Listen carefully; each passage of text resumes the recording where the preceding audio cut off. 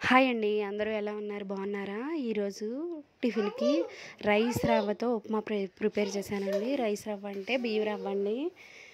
ఎలా చేసుకోవాలో చెప్తాను. ఇదే నా ఛానల్ ఫస్ట్ టైం చూస్తున్నట్లయితే ప్లీజ్ నా ఛానల్ని సబ్స్క్రైబ్ చేసుకోండి. ప్రాసెస్లోకి వెళ్ళిపోండి. 1/2 టేబుల్ స్పూన్ ఆవాలు, 1 టేబుల్ స్పూన్ శనగపప్పు, 1 టేబుల్ స్పూన్ మినపప్పు, 2 ఎండుమిర్చి, కరివేపాకు. కారం తక్కువగా కమ్మగా ఉండాలంటే ఇవి వేసుకుంటే సరిపోతుంది. అల్లము, పచ్చిమిర్చి, పల్లీలు ఇవన్నీ కూడా వేసుకోవచ్చు, కొంచెం స్పైసీగా కావాలండి. నేనైతే ఇవే వేస్తున్నానండి. చిన్నపిల్లలు కూడా తినచ్చు, అందువల్ల ఇలాగే చేస్తున్నాను. 2 టేబుల్ స్పూన్ ఆయిల్ వేసుకుని ఈ తాలింపులన్నీ వేసుకుని మీడియంలో పెట్టుకుని ఫ్రై చేసుకోవాలి.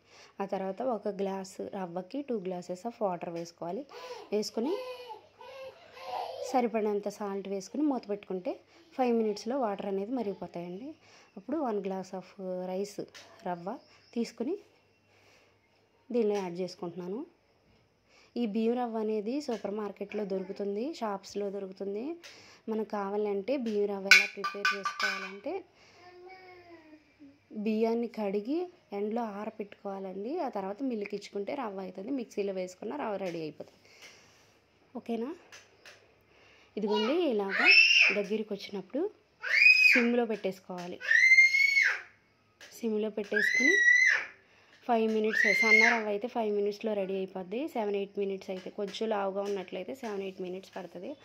నాదైతే సన్న రవ్వే 5 మినిట్స్లో రెడీ అయిపోయిందని మూత పెట్టేసుకుంటే 5 మినిట్స్లో రెడీ అయిపోయింది. అంతేనండి, చాలా ఈజీగా టేస్టీగా కమ్మగా ఉంటుంది. చిన్నపిల్లలు కూడా తింటారండి ఇష్టపడి. ఉప్మా తినని వాళ్ళు కూడా ఈ ఉప్మాని తింటారండి. ప్లీజ్ మీరు ఈ ఉప్మాని ప్రిపేర్ చేసుకోండి, చాలా టేస్టీగా ఉంటుంది. ఇప్పుడు రెడీ అయిపోయింది, సర్వింగ్ ప్లేట్లోకి తీసేసుకుందాం. ఇదిగోండి, చూసారా ఎంత టేస్టీ ఉప్మా విత్ కొబ్బరి చట్నీతో తింటే చాలా టేస్టీగా ఉంటుందండి. మీరు కూడా ట్రై చేయండి. ఈ వీడియో మీకు నచ్చినట్లయితే ప్లీజ్ నా ఛానల్ని సబ్స్క్రైబ్ చేసుకోండి.